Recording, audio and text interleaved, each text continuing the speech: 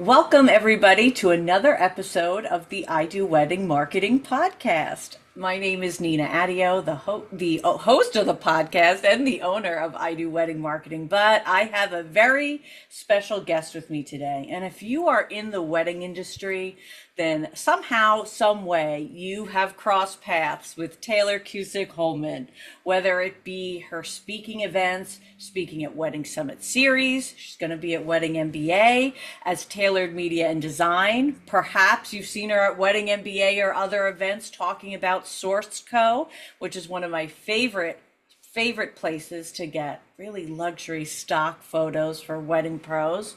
Or maybe recently you've been hearing about how she's created a marketing software for non-marketers with Enji.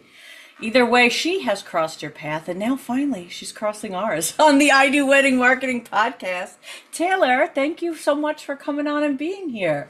Thank you so much for having me. I think that might be my favorite intro ever. No matter where you go, Taylor's there. I'm here, just like popping out of the bushes, like a little Virtual, in squirrel. person, she's everywhere. I mean, nationwide, right? I think you've been all over.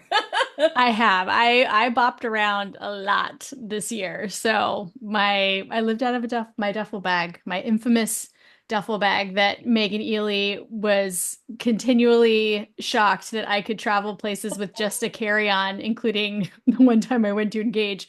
And now that's our inside joke is she'll text me photos when she's like patting herself on the back that she managed to travel with just a carry-on. I think that needs to be a reel, right? Showing what do I put in my travel duffel bag. But Totally. today we want to talk about time management for business owners, specifically wedding industry and creatives. But if there's someone to talk about it, right? Because three businesses, at least that we mentioned today, I'm sure you probably have more. Three businesses speaking, right? You're not just doing the businesses. You speak about the businesses, you market the businesses, and you run the businesses. So if there's someone who knows a thing or two about time management, I think it's you.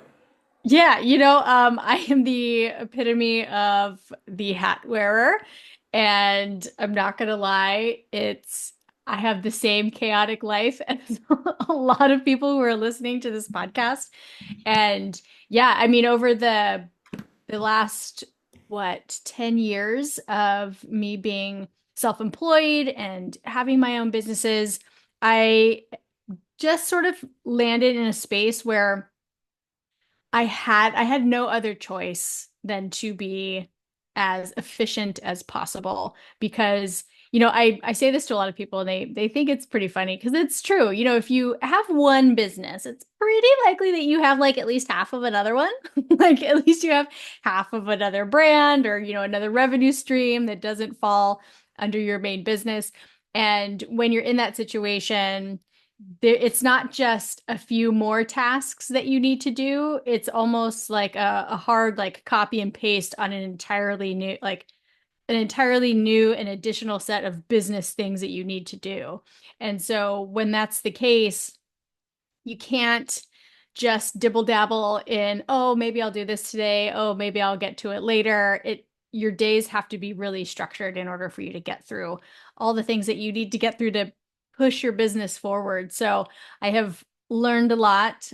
I also think that I mean, my therapist, she was like, Taylor, your hyper productivity is kind of like a symptom of anxiety.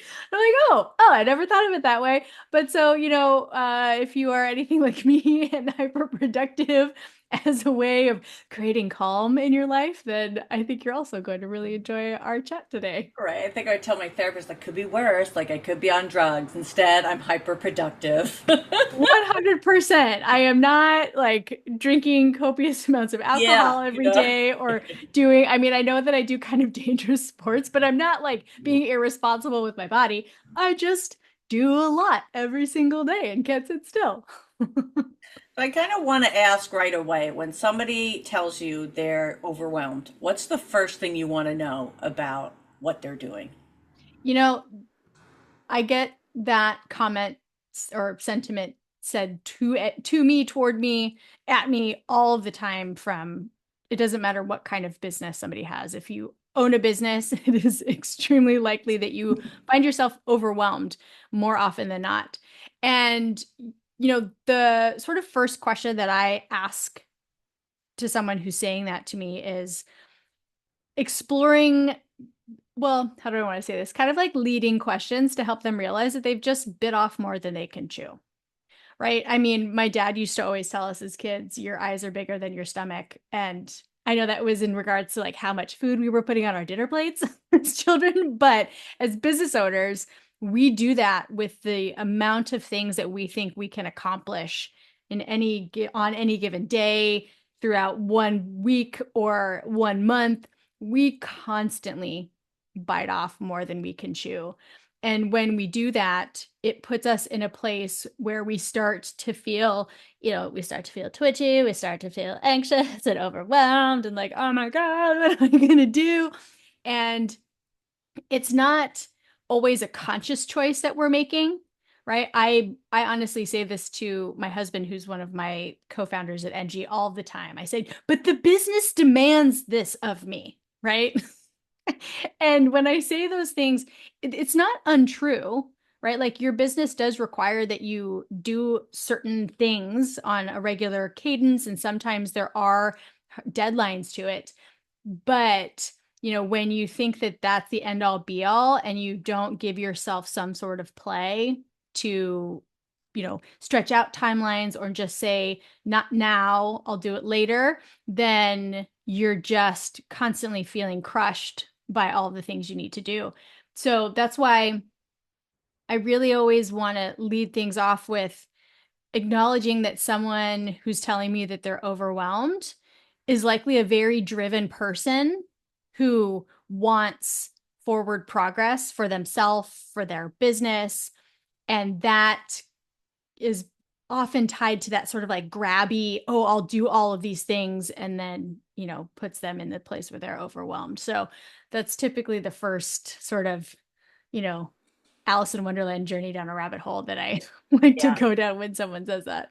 Because already I'm kind of feeling it because we're at Q4, end of the year goals are coming. And so I'm taking on more than I normally would because I say, well, I want to hit that goal. So what can we do to kind of stop ourselves from this? It could be a toxic behavior, right? If we're not saying no when we should. Yeah, I mean, we all have to like tell ourselves to chill the F out sometimes. Like it's okay. But yeah, I have the same emotions about being in Q4. Like we have goals, we have like targets that we've set for how we'd like to close out the year. And so I think a lot of folks sit down and look at those numbers, whether it's how many clients they'd like to have booked, how many leads, how much in revenue or sales that they've brought in by the end of the year, whatever the number is. A lot of folks are getting into the habit of sort of reverse engineering their path to those numbers. And when you do that, you need to just give yourself more time than not. And also realize that sometimes those goals are like stretch goals, and that it's awesome if you do make it, but it's also not the end of the world if you don't, because it's not like the end of the year is this, final thing where you can't make any more money or you can't book any more clients after that, right? Like there's play to that. So the Q4 pressure cooker is real, and we all just have to do what we can and accept that we won't do it perfectly, and things won't happen on our timetable. So here's what I want everyone listening to do who's feeling maybe a bit of anxiety about hitting whatever their client goal is for Q4 or their number goal.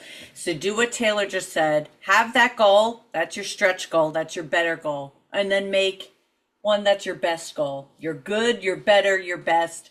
Make a smaller goal. Still keep that one, but make another one too and give yourself a little bit of that grace.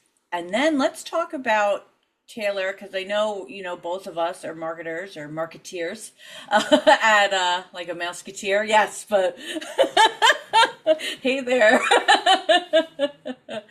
So sorry, that just took me on a whole new like rabbit hole I want to go down of us introducing ourselves to the Mickey Mouse theme. Okay.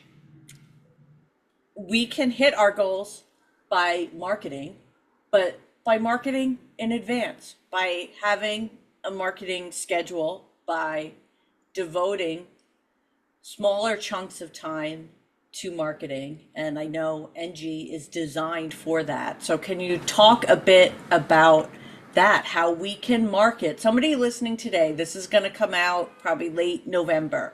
So, somebody listening today can schedule for December at the end of November and let that handle their marketing goals.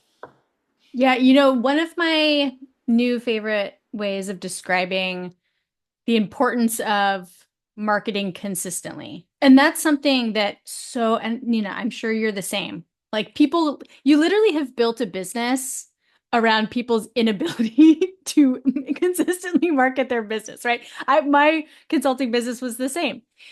And it's just a huge problem. But when we're talking about consistency, the reason that every marketeer out there is just beating you over the head with this message is because marketing is like farming. And if you take that analogy and you think of, okay, well, if I was a farmer, even if you're the most like urban person, like I have no green thumb, still just play a little game with me and You must have saw imagine. the look on my face like I've never heard this one. Farming, farming. You're like, I live in the city. I live in Long Island. Non-compute. No, no. Yeah. But I want you to imagine, right? Like, use your imagination, stretch your thoughts.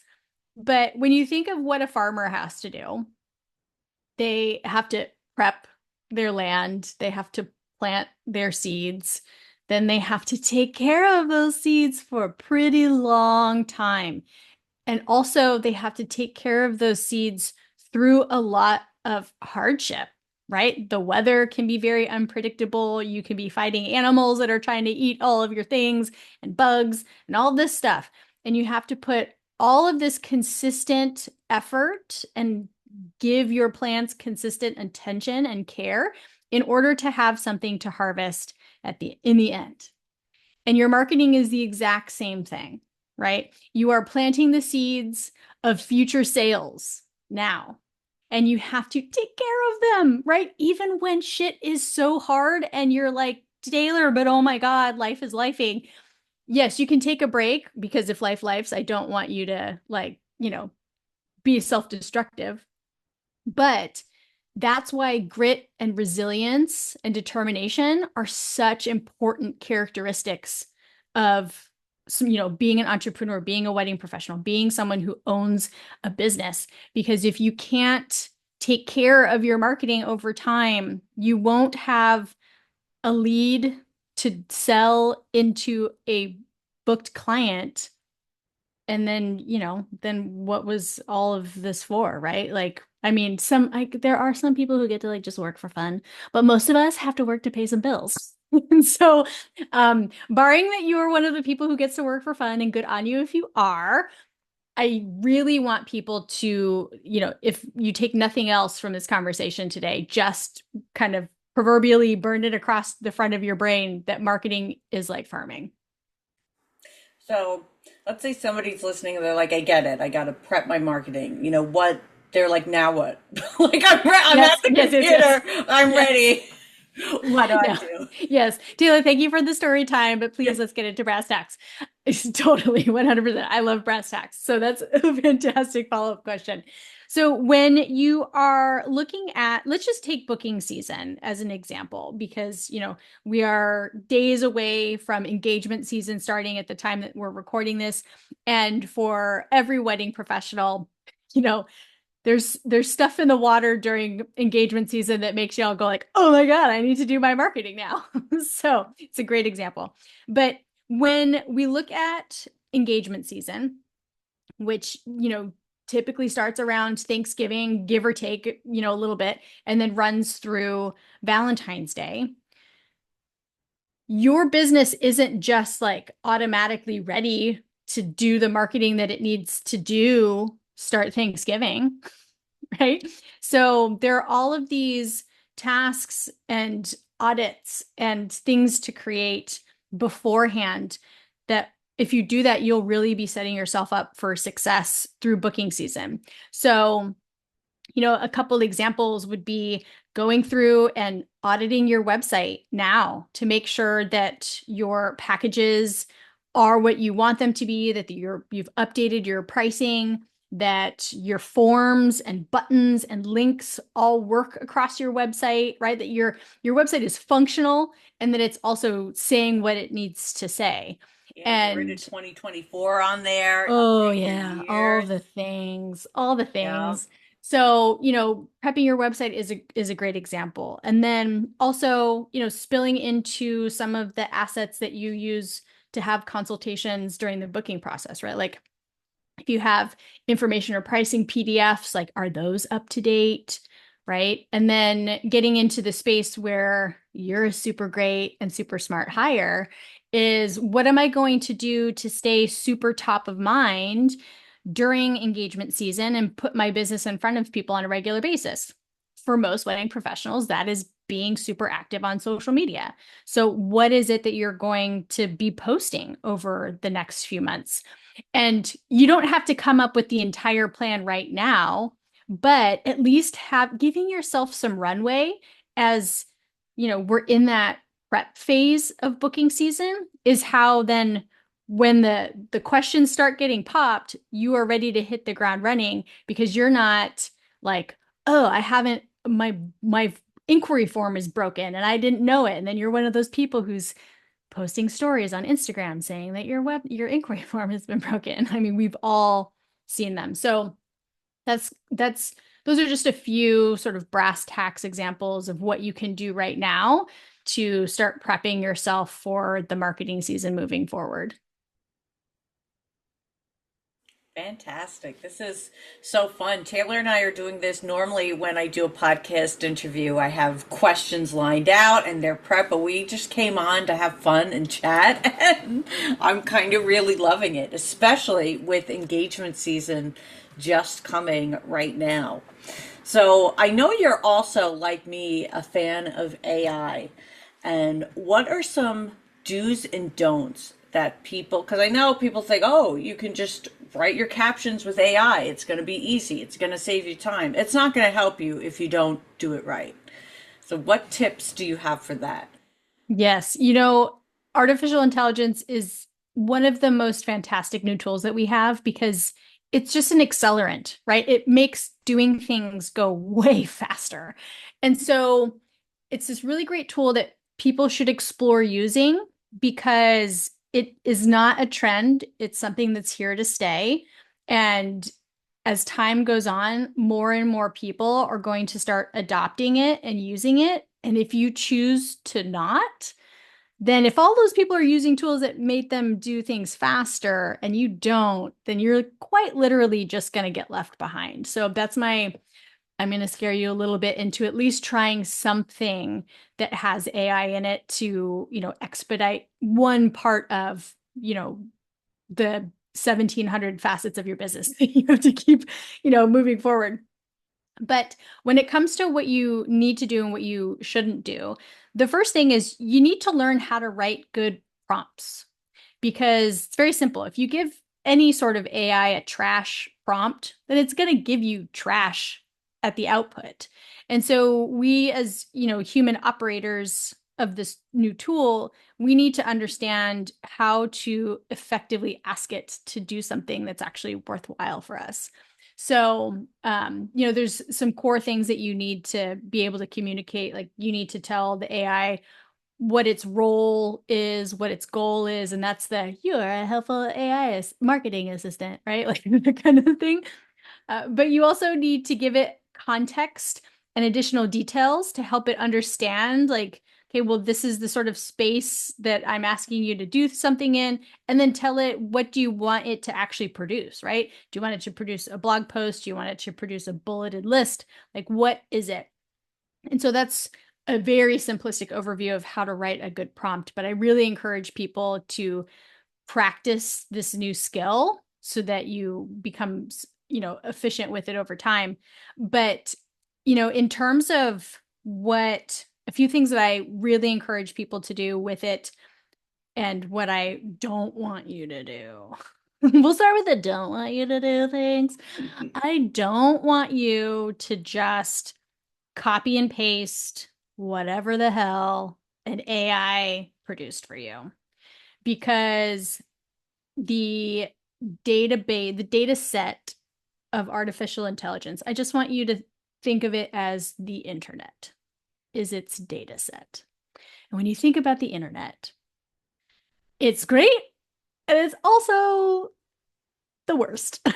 Right? Like, Convenient we're recording this on election day because oh it's yeah. like the today is the internet at its worst. 100%. And so with the internet being artificial intelligence's data set, it is 100% capable of being incorrect. It is 100% capable of being biased, right? Just because that's what humans are. And the internet is just all the stuff that us humans have put on there.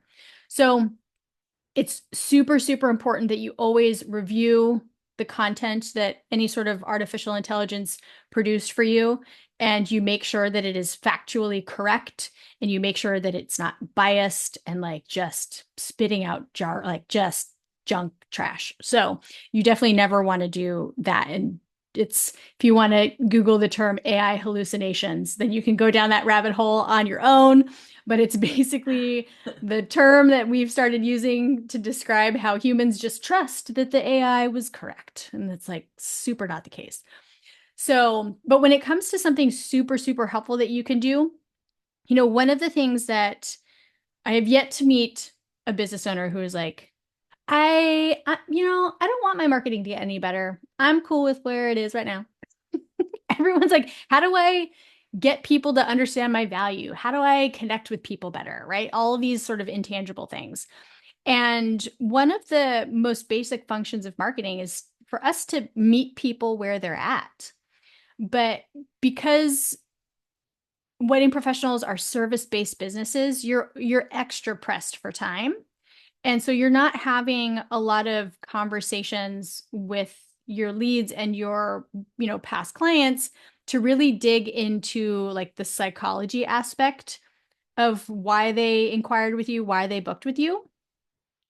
But now that we have artificial intelligence, you can 100% go and like copy and paste a bunch of your inquiry emails, put them in a document, write up a prompt, and ask an AI, your favorite AI chatbot of choice, to analyze it for what are the reasons that people are reaching out to me, right? What are the common problems that people are having? What's motivating them, right? Like, because as a human, it would take us so long to read through all of these things and find those commonalities, but an AI can do that very quickly. And then on the flip side, you can do that with things like your reviews. Copy and paste a bunch of them into a single doc, prompt an AI to look for the common words and phrases that are showing up in your reviews.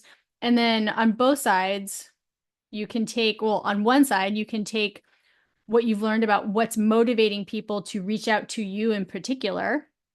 And then in your marketing, you can talk about their problems and their stresses and their overwhelming, like the overwhelming things that they're facing way more specifically than just finger quote, wedding planning is stressful. Right? Like they're going to read that everywhere. And then with what you learned from your reviews, then you can talk way more pointedly about the customer transformation that you're providing as a wedding professional, right? Like my clients have gone from this to that, right? Like calming things down and making people feel like, oh, I'm in good hands. So that's what I would love for people to do, as something that you can actually go and do this afternoon if you want after listening to this episode. And then also my top tip for like, please definitely don't do that. That was really great. What a smart use of AI. And what I like about it is that then you can refer to it going forward, depending on what you're using and say, based on what we've learned about my audience, can you help me write a carousel or a caption? And speaking of what you were saying, what not to do, I just want to give like a really clear example. If you were to go into, let's say, ChatGPT and say, write me a blog post on 10 wedding venues in Long Island and their amenities, I guarantee you, you're going to get incorrect information. It's just going to happen. So when I think, going almost more feeling based rather than the fact based for AI in the wedding industry could be a really good tip and kind of rule of thumb too, especially if you don't want to spend the time on fact checking it. Totally. And, it's just one of the things that is overlooked a lot in marketing that it's very easy for people to talk about the features, right? Versus the benefits, right? And we're talking about like, oh, I am a wedding planner and you can book me for event management and it starts 60 days before your wedding date, right? Like, okay, but that's that's like only the very first gate that you have to pass through to get someone to actually want to inquire. So after they've learned that, okay, yes, you are a wedding planner in my area that does event management and, I can book you 60 days or you'll start working with me 60 days before. The next thing they want to know is like all of the touchy-feely stuff, right? And it's just so hard for people to confidently communicate that part of their marketing messaging and their marketing story most of the time because you just feel like you're making assumptions and pulling things out of thin air. But we don't have to do that. Like we all sit on all of these emails and reviews that just essentially die in our email inbox or live on a marketplace and we never like put them to use. And so this is one of those ways that you can put them to use. Yeah, start bookmarking those reviews now or saving them in a certain folder. And then if you get time over the winter season, this is a great activity to do for that. Yeah. Now, speaking of time management, when I'm doing my scheduling, so I've got my Chat GPT open, I've got Later, which is how I schedule, I've got Google Drives with images, but I think you have something where I could probably have that all in one place. Can you tell me about Enji and Yes. how it's changing lives?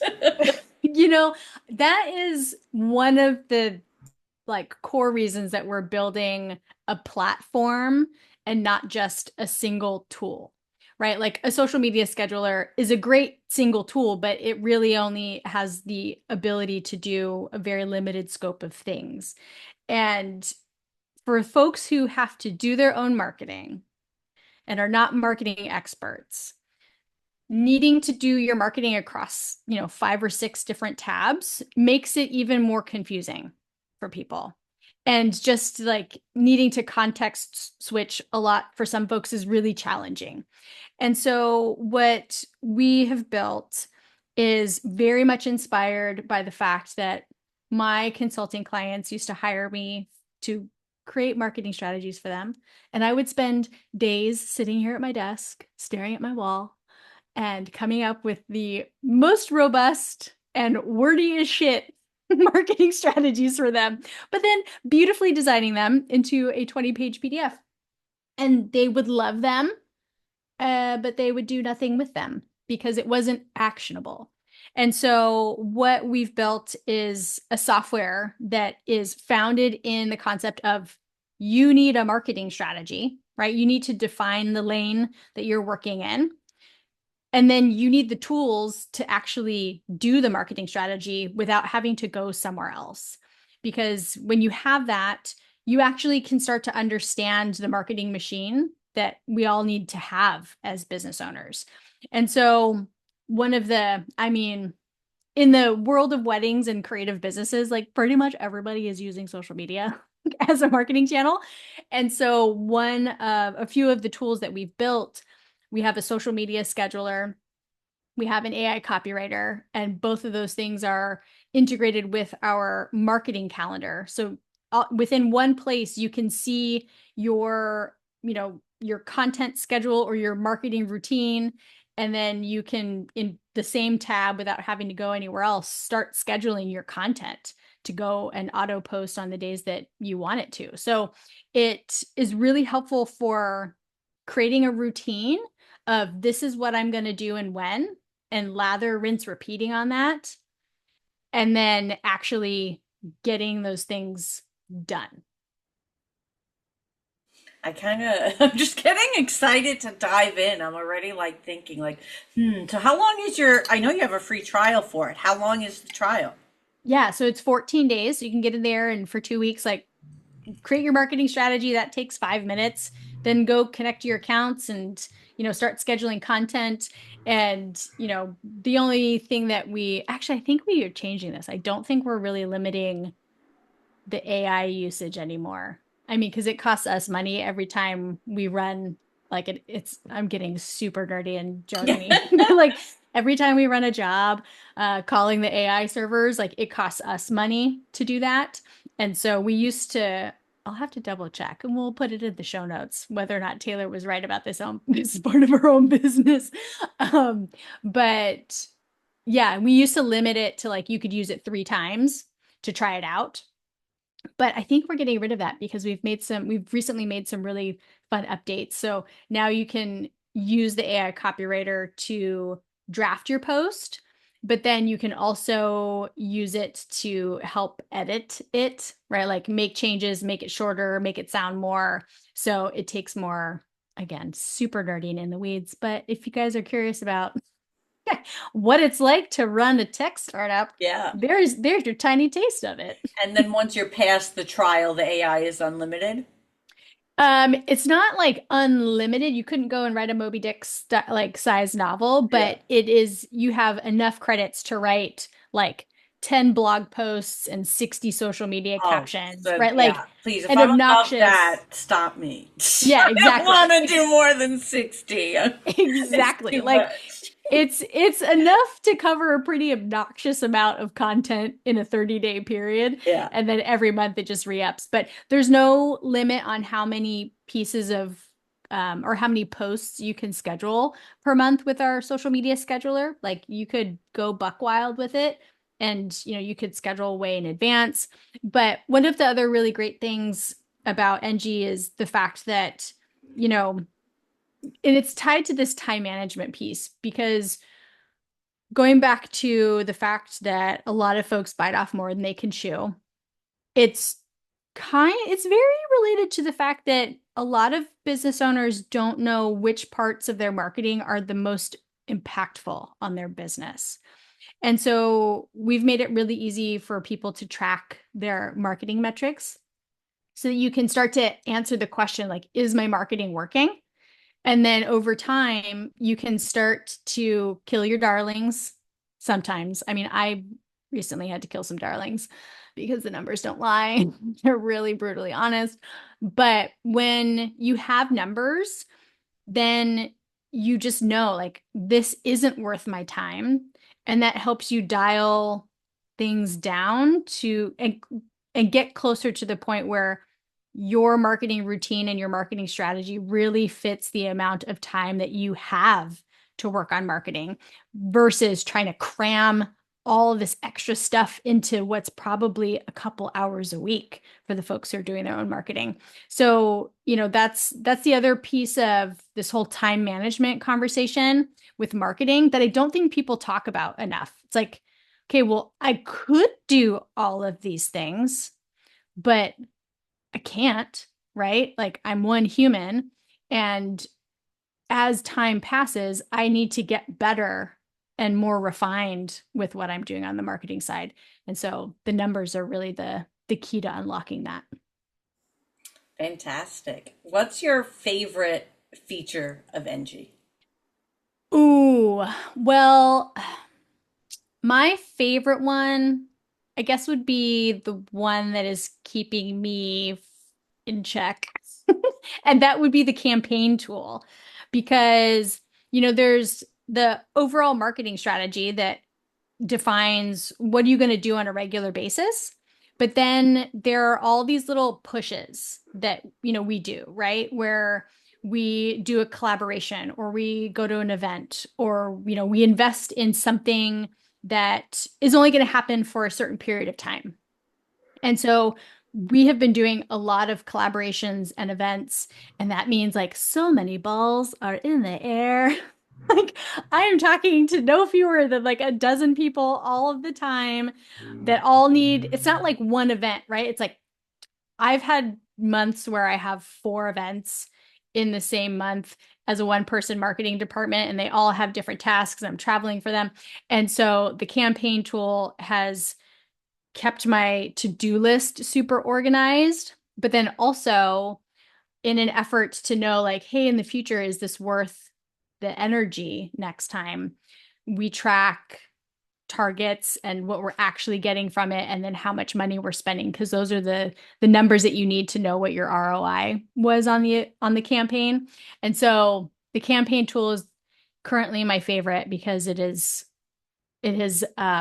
allowed me to like make seemingly impossible things happen in the red zone of life. And without it, balls would have been dropped, things would have slipped through the cracks, and then I would have been not holding up my end of the bargain in certain things. And if you know me, that's like the worst thing. I always want to be the person that people can depend on. So Great. I'm sure people can use that for showcases they're going to, bridal events. So that's really a nice feature. I'm going to do a quick kind of bonus round with you, and then we'll let everybody know where they can find you and NG and all the good things. sweet. So, the best weddings have. Food. Oh, yes, yes. All right. So, speaking of food, cocktail hour or Viennese dessert hour? Ooh, dessert. Sorry. The last book you read. Oh, I'm someone who has this. I'm a collector of books, and I'm notorious for reading the first 30% of a book, and then not. The last, what's the book that's on? Oh, I can't even remember it. It's got a yellow cover. It's something about building software that builds habits, and I can't Oh. even remember what it's about. So, whoops. When you're in the zone, what are you listening to? Nothing. Nothing. One of those. No, because so much of my work is like really deep thought because I'm trying to make very abstract things tangible, or I'm writing, like Mhm. copywriting, and it's very distracting to me because then I just want to do a dance break. I don't know why it's not distracting for me putting on true crime, but it's not. And I wish I was that yeah. way. So where are you going to be speaking next, and where can people find you and NG online? So I will be, I think this is coming out after Wedding MBA, but I will have been at Wedding MBA. And then 2025 is a big open field of possibilities, folks. Right. Love it. So, Love it. but if I am a geriatric millennial, so you will find me on Instagram. NG is on TikTok, but please don't try to have a conversation with me there because I don't check it frequently to have a conversation there. But our Instagram handle, I think, and our TikTok handle are NG_co, and that's ENJI_CO. And that's our website, is just NG.co. And I would love for everyone to give it a try. The wedding industry is my home, and I love the fact that we've been able to create a version of NG that is tailored to wedding professionals. So it's like all of the things in my marketing consultant brain are in there. We talk about booking season in there. We talk about, couples, and some of the questions that you get asked to get your strategy are very much about like your wedding business. So Mm. it's fun because I know that the greater world of marketing does not understand the world of weddings, Yep. but I very much do. So it's been an amazing experience to support so many wedding professionals with this software over the last year and a half. Yeah, and they all trust you, and rightfully so, because you're someone that we all can trust. Unveiled by Deborah. She's been on a past episode of the Yes. podcast and mentioned on it how integral you were to her business. So that's just one account we've had here on the show. And I will be linking below not only the free trial for Enji, but then after that, it's just 29 a month, correct? Yeah, it's $29 a Yeah. month, folks. It is cheap. Yep, cheap, cheap. So, and then I also will link Source Co, which is the stock photo site that Taylor's a part of, and I do have a coupon code for that. So I'll be putting that in the show notes. And between that and Engie, you're going to have everything you need to start marketing as soon as December. So we're really excited to get you all on the right track for this engagement season. Thank you so much for being here, Taylor, and Th- everybody else. We'll see you on the next Wedding Wednesday.